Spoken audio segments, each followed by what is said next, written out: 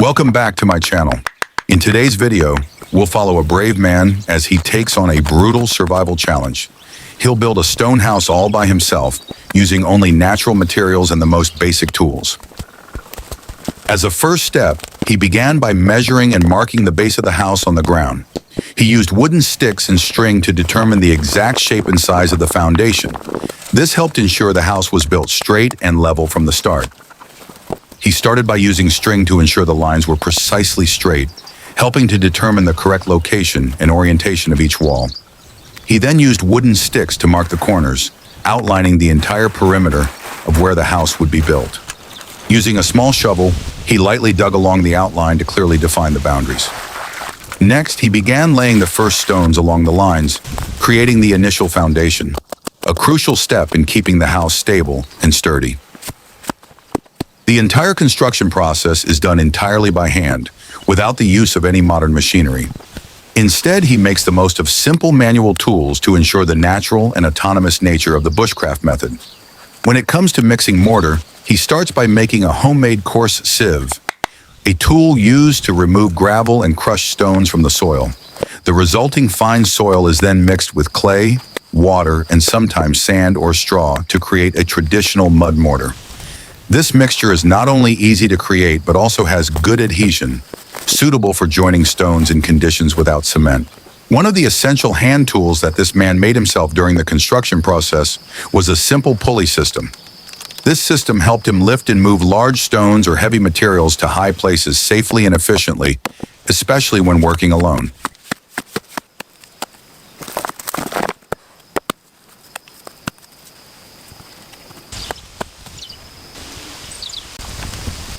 In addition to the pulley system, he also utilized the principle of leverage to assist in lifting heavy objects. By using a long piece of wood with a weight placed at one end, he created a counterbalance lever that reduced the force required to lift large stones.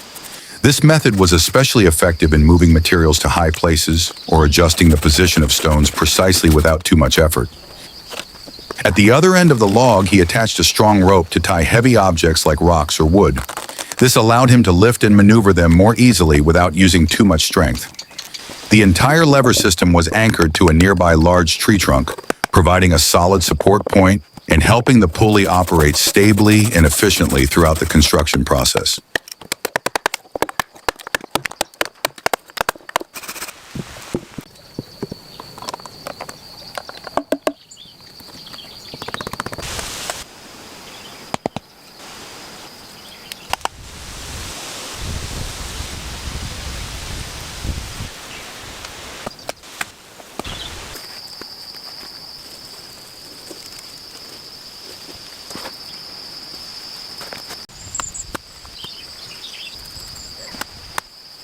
With the walls built from stone, the house has a solid feel right from the start.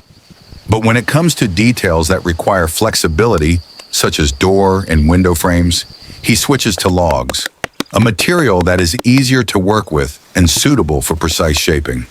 Remarkably, the entire wooden structure is assembled without the use of nails or screws. Instead, he uses a classic manual technique, mortise and tenon joints. He cuts one end of the wood to form a mortise, then drills a hole in the other piece of wood so that it fits snugly into place. The dowel is carefully beveled so that when driven in, it holds the two pieces of wood together. This method allows him to create strong joints entirely from natural materials, in line with his philosophy of building without relying on modern technology. The entire structure of the house gradually emerged with thick and solid stone walls. The walls not only provided structural stability, but also acted as a natural heat storage mass, helping to regulate the temperature inside.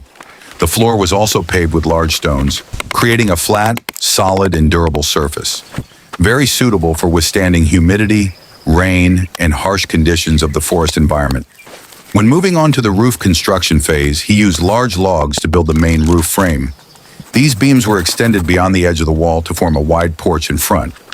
To support this overhanging roof, he built two pillars, each a large log with a unique shape.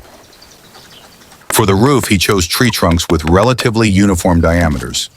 nearly the same to ensure stability and even distribution of force across the entire roof frame. These wooden bars were placed in layers, joined in order from bottom to top. To secure them, he continued to use the mortise and tenon technique. Each joint was precisely measured and carved to ensure tightness and long-term durability for the entire roof structure. He also left a space on the roof to build a chimney.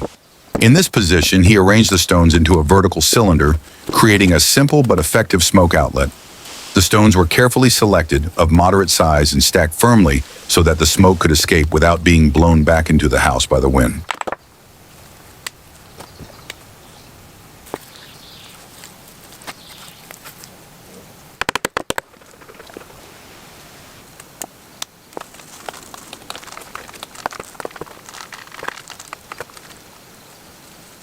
Compared to heavy slate roofs, wooden roofs offer greater flexibility and resilience to seasonal changes. Especially in snowy conditions, wooden roofs reduce stress on the entire structure. After completing the chimney, he moved on to the preparation of the roofing materials. He made a handmade rake to spread straw evenly over the roof frame. This layer of straw acts as an insulating layer. After spreading the straw evenly over the roof frame, he continued to cover it with a thick layer of mud. This mud layer helps create an additional layer of insulation, while also helping to fix the straw underneath. To create a terrace and a small outdoor table, he went to a nearby stream to collect natural flat stone slabs. He chose slate, an ideal material for outdoor construction, thanks to its special properties. Slate is a metamorphic rock with a smooth and strong texture, formed over millions of years under high pressure and temperature. Thanks to that, it is not only durable, but also highly aesthetic with natural veins and harmonious colors.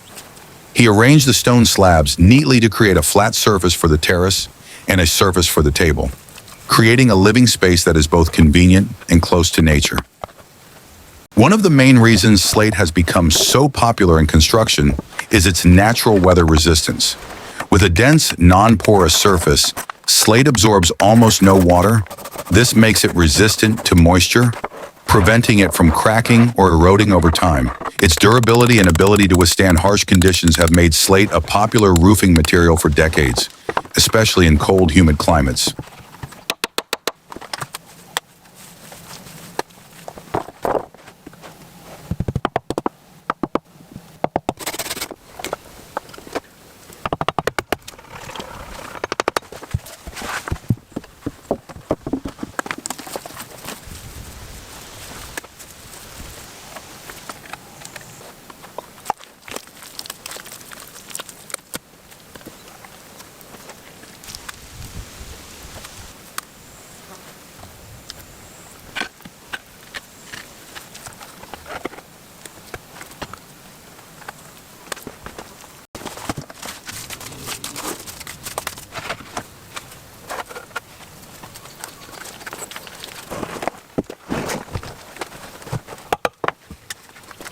Next, he turned his attention to creating a wooden bed for use in the house. He selected large logs and cut them lengthwise into thinner planks to create a flatter, more comfortable surface to lie on. The treated planks were joined together using the traditional mortise and tenon technique he had used earlier in the house's frame.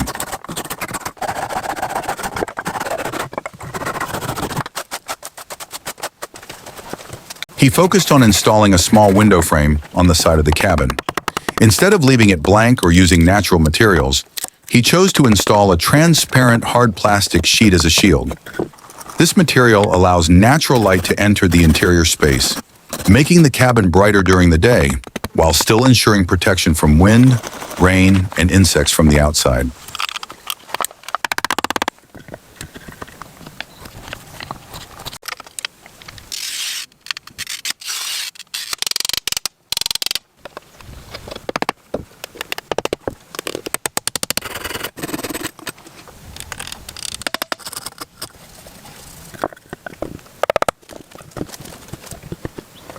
To increase insulation and prevent wind from passing through the gaps, he used natural moss to seal the entire area around the window frame. Moss is a material available in the forest, soft, elastic, and has good heat retention ability.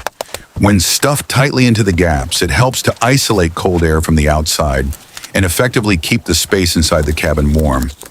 This is a simple but very useful solution in the survival environment. Now, we are witnessing the process of him meticulously crafting a wooden door by hand, sturdy and fitting the house frame. Every step of cutting, assembling, and carving shows his patience and high sense of responsibility in his work. Clearly, this is not just a simple survival project, but also a personal work. He puts a part of art, a part of passion into every detail. Every joint, every line reflects the deep passion he has for his work and the environment around him.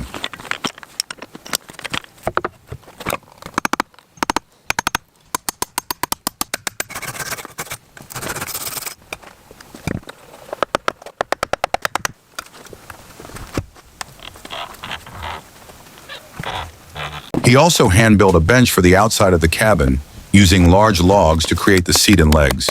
Before assembling, he carefully shaved off the bark from the trunk.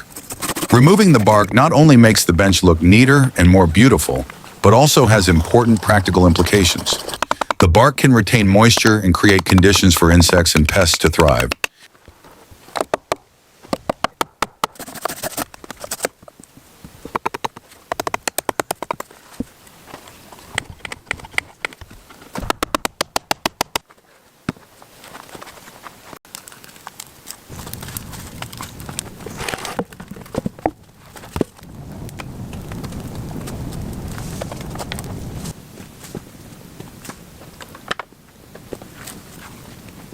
With just a few final touches to his project, he focused on defining the garden's boundaries by erecting a simple fence.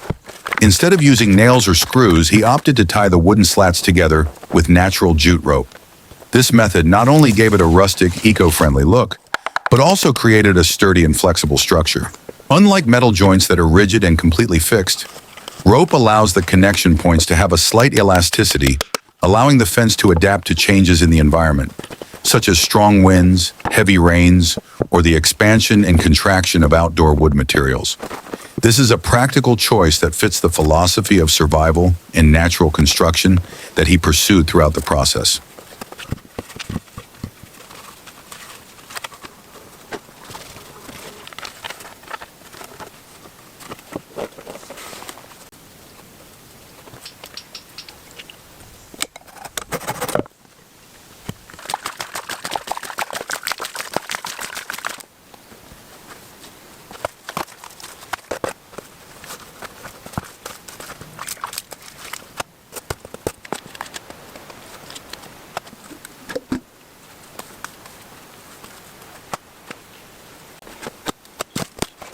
As a small highlight for the outside space, he also created a simple swing hanging in front of the porch. He used a large log, cut it in half to make a seat, then drilled 2 holes evenly and threaded a sturdy rope through. Finally, the swing was hung on a horizontal bar in front of the porch. Although simple, this swing brings a feeling of relaxation and closeness to nature, a small but humane detail in his handmade survival project.